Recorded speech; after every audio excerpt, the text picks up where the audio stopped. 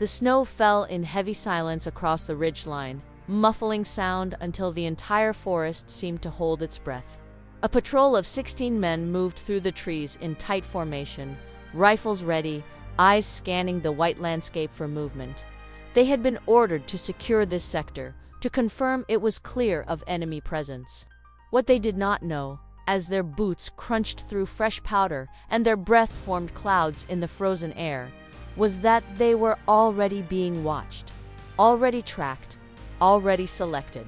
The first man fell without a sound, then the second. By the time the remaining soldiers realized they were under attack, 3 more had collapsed into the snow. There was no gunfire, no visible attacker, just silence and bodies dropping as if death itself had learned to move unseen through winter woods. The survivors scattered, abandoning formation, abandoning protocol, driven by primal fear toward anything that offered cover. Behind them, the forest watched with invisible eyes. And somewhere in that white expanse, a figure moved like smoke through the trees, vanishing the moment anyone turned to look. They called her the Ghost, not because she was supernatural, though terrified soldiers would eventually claim she was, but because she operated with a combination of stealth, precision, and psychological understanding that made her presence feel like something beyond human capability. Over the course of nearly 2 years, operating largely alone in conditions that broke entire units, she would become one of the most effective combatants in a war that had already consumed millions. She disrupted supply lines, eliminated high-value targets, gathered intelligence that shifted strategic decisions, and created such widespread fear among enemy forces that entire battalions refused to patrol certain sectors. Her actions, undertaken in isolation and almost complete anonymity, came closer to changing the outcome of the conflict than most divisions operating with thousands of soldiers and millions in resources. This is the story of how one woman became a legend that military historians would later struggle to believe was real. It is a story about the nature of warfare when conducted not through overwhelming force, but through perfect invisibility. And it is a story about how courage, when combined with extraordinary skill and relentless determination, can make a single individual into a force that armies cannot defeat because they cannot find. The war had reached a state of brutal stalemate. 2 massive armies faced each other across hundreds of miles of contested territory, neither able to gain decisive advantage. The front lines had calcified into networks of trenches, fortifications, and killing zones where traditional assaults resulted in catastrophic casualties for minimal territorial gain. Generals on both sides sought breakthrough strategies. They poured resources into new weapons, new tactics, new formations. Most failed. The war ground on, consuming lives and resources at a rate that defied comprehension, while the strategic situation remained essentially frozen. In this context of exhaustion and stasis, unconventional approaches began to gain attention. Small unit operations, infiltration tactics, psychological warfare designed to erode enemy morale rather than simply kill enemy soldiers. It was in this environment that individuals with unique skills could have impact disproportionate to their numbers. If traditional warfare had become a contest of industrial production and mass casualties, perhaps there was room for something different, something the enemy would not anticipate, something that could move through their defenses like water through cracks in stone. She had grown up in the remote northern territories, in a region where survival required skills that urban populations had long forgotten. Hunting was not recreation, but necessity.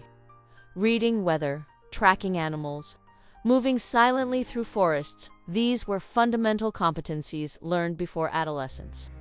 Her father had taught her to shoot when she was 8, not because he imagined she would ever use the skill in war, but because in that landscape, the ability to bring down game meant the difference between eating and starving.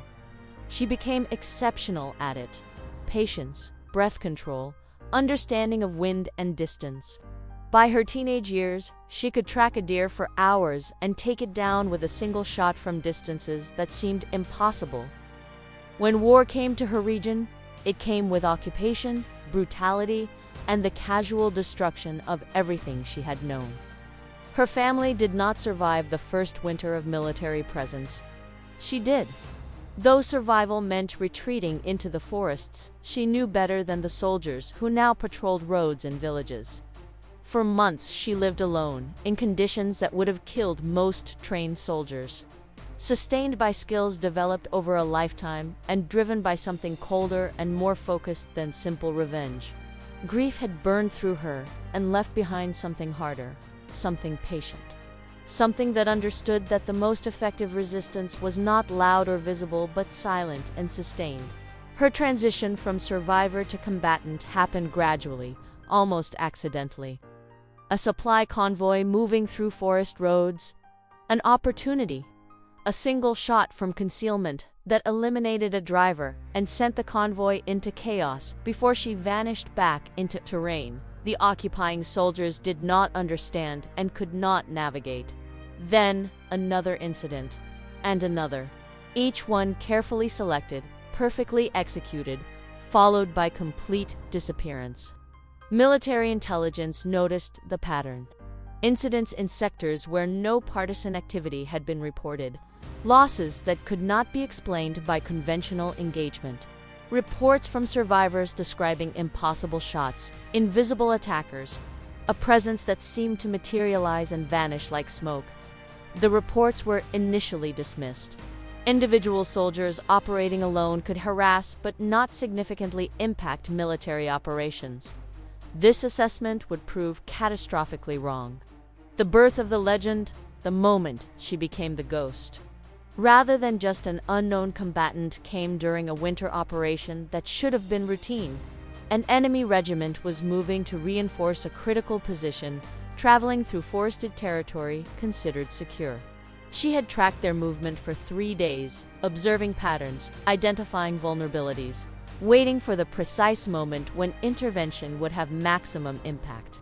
The regiment's command element traveled in the center of the column, protected by advance and rear guards, standard security protocol.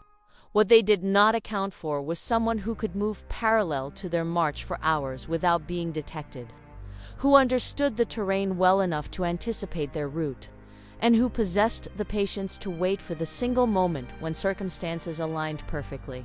She struck at dusk, in the brief window when visibility was poor but not yet dark enough for torches. The shot eliminated the commanding officer instantly. Before security could respond, she had displaced to a position 200 yards away and taken down the second in command. Then she vanished completely, leaving behind chaos, confusion, and a column of soldiers suddenly leaderless in hostile territory at nightfall. The regiment spent the night in panicked, defensive positions, firing at shadows, convinced they were surrounded by a significant force. By morning, they had exhausted ammunition, morale had collapsed, and they withdrew without completing their mission. A critical reinforcement operation had been derailed not by an opposing army, but by one person who understood that in warfare, fear can be as effective as firepower. After that, the reports multiplied. Sentries found dead at their posts, with no sign of how anyone had approached supply depots that erupted in flames with no visible saboteur. Officers eliminated in circumstances that should have made such attacks impossible. And always, the survivors described the same thing: silence, invisibility, the sense of being hunted by something they could not see or fight. Her methods were born from necessity and refined through relentless discipline. She moved primarily at dawn and dusk, when human vision is least reliable. She used weather as camouflage, operating during snow or rain, when visibility was reduced and sounds were muffled.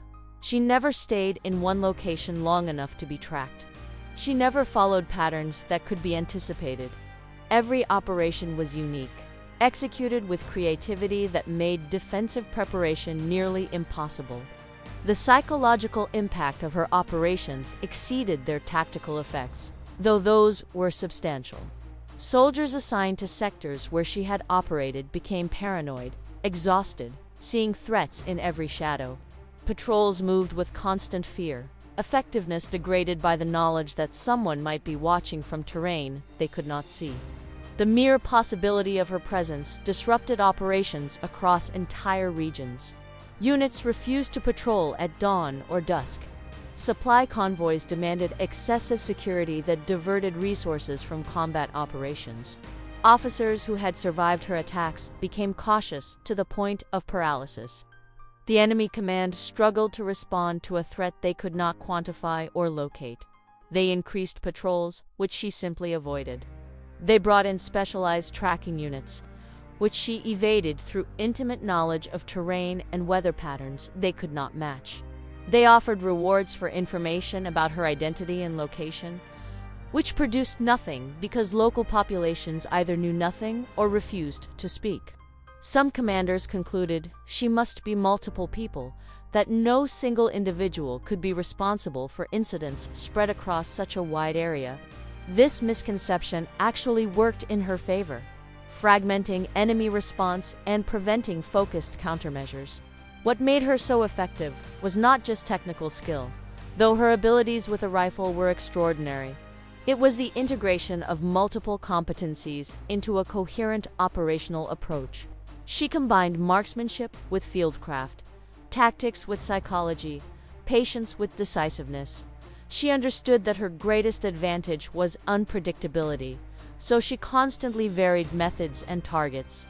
She understood that fear was force multiplier, so she structured operations to maximize psychological impact.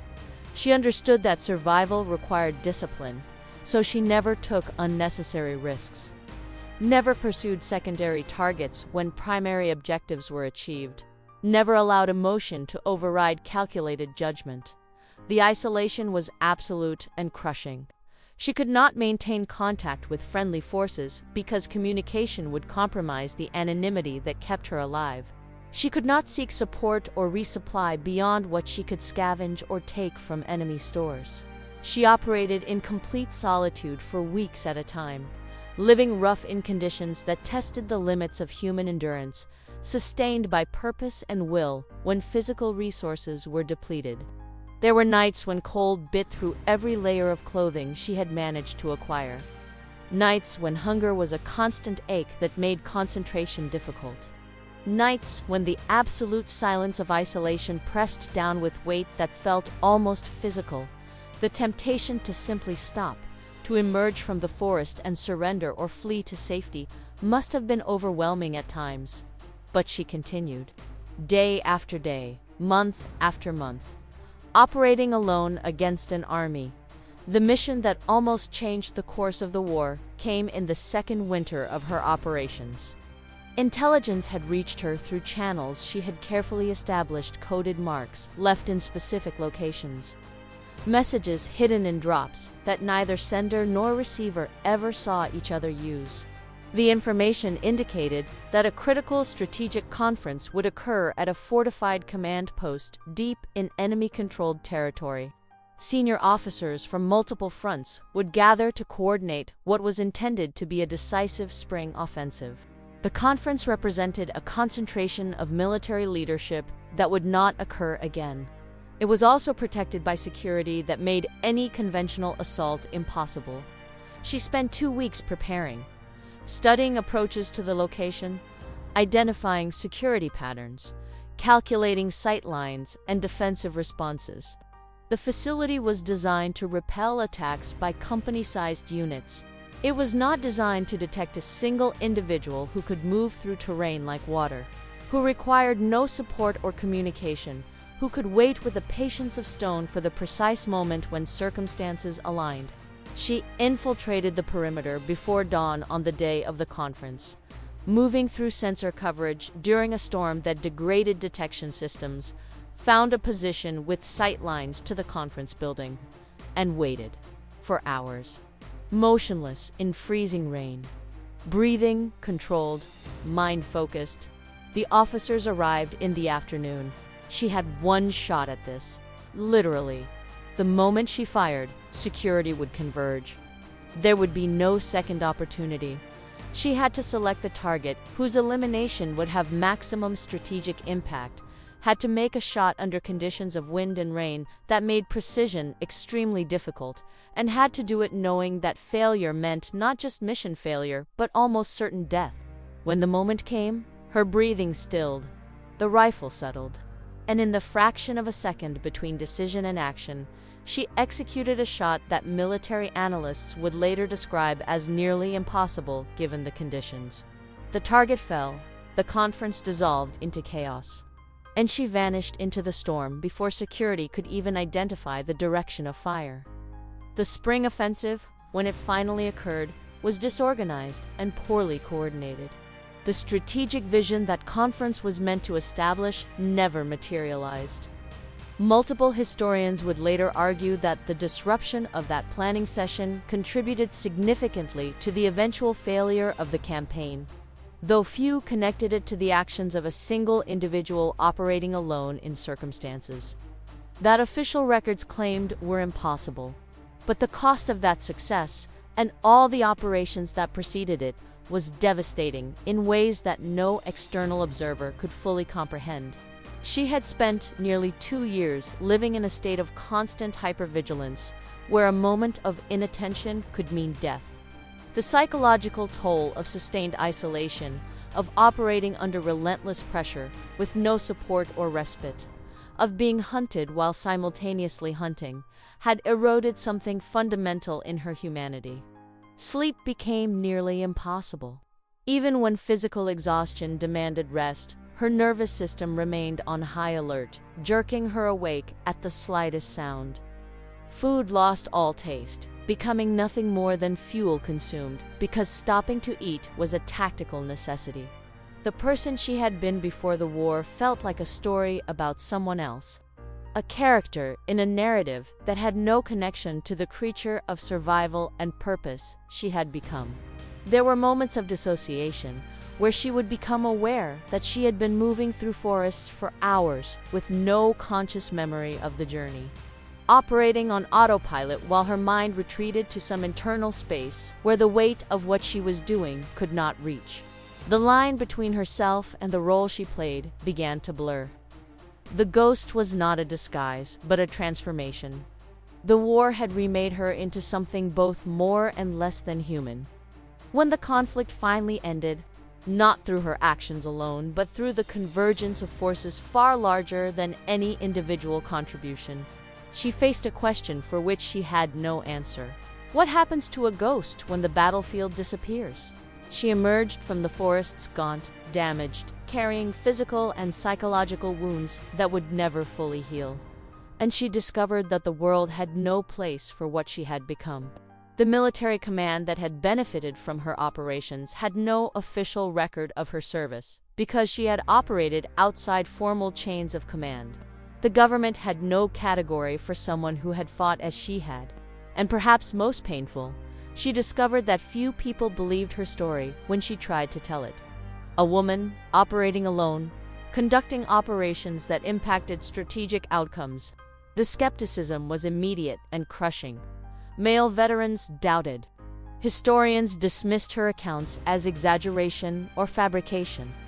Records that might have corroborated her service had been lost or classified. The fear she had generated among enemy forces, which had been so real during the conflict, now worked against her. It seemed too dramatic, too much like legend, to be taken seriously. She lived the rest of her life in relative obscurity, working ordinary jobs, trying to reconcile the person she had been with, the person the war had made her. She rarely spoke about her service after the initial attempts to gain recognition failed. The ghost faded into silence, this time not through tactical choice, but through institutional erasure and cultural disbelief. It would take decades for historians to piece together what had actually occurred. Researchers examining enemy military records after archives were opened discovered the pattern. Reports from multiple units describing incidents that matched her accounts. Internal memoranda discussing the ghost threat and ordering resources diverted to counter it. After-action reports that corroborated specific operations she had described. Slowly, painstakingly, the evidence accumulated until even the most skeptical scholars had to acknowledge that something extraordinary had occurred. What emerged from this research was recognition that she had been one of the most effective individual combatants of the war. Her confirmed operations had eliminated dozens of high-value targets, disrupted countless tactical and strategic operations, and created psychological effects that degraded enemy effectiveness across entire sectors. Military analysts comparing resource expenditure to impact concluded that she had achieved results comparable to units operating with hundreds of soldiers and massive logistical support, while requiring essentially no support beyond what she could provide herself. But perhaps more significant than the tactical impact was what her story revealed about the nature of warfare itself. She had demonstrated that under certain circumstances, invisibility could be more powerful than overwhelming force.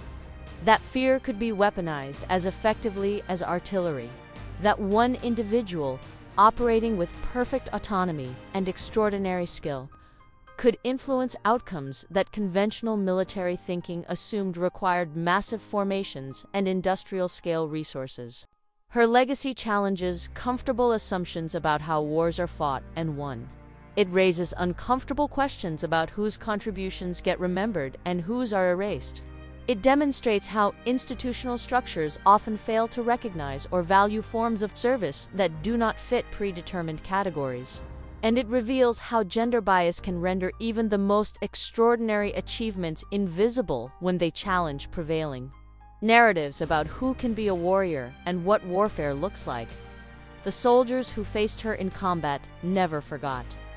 Those who survived encounters with the ghost carried those memories for the rest of their lives, though many hesitated to share them because the stories seemed too improbable.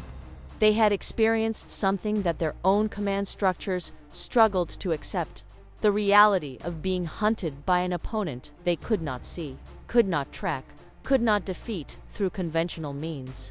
Some of them, years later, would provide testimony that corroborated her accounts, adding crucial pieces to the historical puzzle. In the end, what she accomplished was not victory in the traditional sense. The war ended through the confluence of countless factors, most far larger than any individual contribution. But she came closer than anyone had right to expect, to changing its course through sheer will and extraordinary capability. She proved that the impossible is simply what we have not yet witnessed. That courage does not require visibility. That impact does not require recognition. And that sometimes the most profound acts of service are those performed in complete isolation, unknown and unacknowledged, by individuals who operate in the space between legend and reality. The ghost moved through a warlike wind through trees, present but invisible, leaving effects that could not be denied but could not quite be believed. She operated in the space where capability and mystery intersect, where skill becomes legend, where one person can reshape what entire armies consider possible. And though history tried to forget her, though the institutions she served could not accept what she had accomplished, though even those who benefited from her actions struggled to believe the stories were real, the evidence remains. In archives, in enemy records, in the memories of survivors, in the strategic outcomes that cannot quite be explained through conventional analysis, she was real. The ghost was real. And for nearly 2 years, operating alone under conditions that would have broken almost anyone else, she waged a war within a war, proving that sometimes the most powerful force on any battlefield is not the largest army or the most advanced weapons, but a single individual who understands that true strength lies not in being seen, but in being everywhere and nowhere at once. In making the enemy fear what they cannot fight, in persisting when persistence itself becomes a form of victory. They called her the ghost of the battlefield, and she almost won the war alone. Not through magic or myth, but through courage, skill, and the understanding that sometimes the greatest power is the power to remain unseen while reshaping everything around you. Her story is a reminder that history is filled with invisible hands that moved visible events, that the most important battles are often fought by people whose names we will never know, and that heroism does not require an audience. It only requires the choice, made again and again, in isolation and silence, to continue when continuation seems impossible, to fight when fighting seems futile, to become whatever the moment demands, even if what it demands is transformation into something the world will struggle to believe ever existed.